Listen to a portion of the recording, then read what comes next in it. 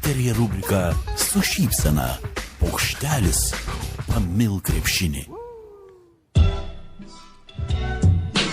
Maskvos CSKA ir Eto Remesina ketvirtadienį Stambule gavo Želko Obradovičiaus ir Stambulo Fenerbahče Ülker antausį. Eurolygos rungtynėse rusai nusileido turkams ir patyrė nesėkmę pirmąją šį sezoną. Po mačo CSKA treneris visą atsakomybę prisėmė savo. Tai jau tikrai, kad kaltę, ponas treneri, jūs turite prisijimti. Šitiek žvaigždžių komandai, o jūs nesugebate iš jų vientiso žvaigždyną sulipdyti. Laikai keičiasi, įpročiai ne. Į žiūrovų tarpą griuvinėti nevengiantis Kevinas Garnetas šį triuką jau spėjo atlikti ir naujame NBA sezone. Nukentėjo tik žiūrovo kėdė, kurią puolėjas paprasčiausiai sulaužė savo svoriu. Įdomus tie NBA žvaigždžių įpročiai. Tai juk ar nevertėtų sunerimti, nes, kaip sakoma, ne itin geri pavyzdžiai užkrečia.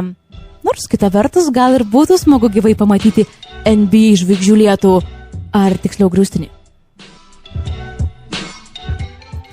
New Yorko Knicks gynėjas Imantas Šampertas iš kitų NBA krepšininkų ilgą laiką išsiskirdavo specifinę savo šukuoseną.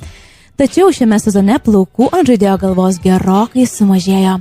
Šampertas pripažįsta, kad sprendimą apsilankyti pas kirpėją priėmė, norėdamas nubausti save už ne itin kovingą žaidimą. Jei jau tikrai tokia didelė bausmė tai yra, tai kodėl tada jo manimų save nubausti turėjo 99-aisiais Eurolygą laimėję žalgiriečiai? Va čia ir būtų, mėlėjai, tas vadinamosios kultūrinis šokas. Jonas Valančiūnas Toronto Raptors klube išskirtinė ir labiausiai vertinama asmenybė. JAV sporto žiniasklaidos grandų šaltiniai sužinojo, kad Raptors net nesvarsto galimybės išleisti Valančiūną į kitą komandą.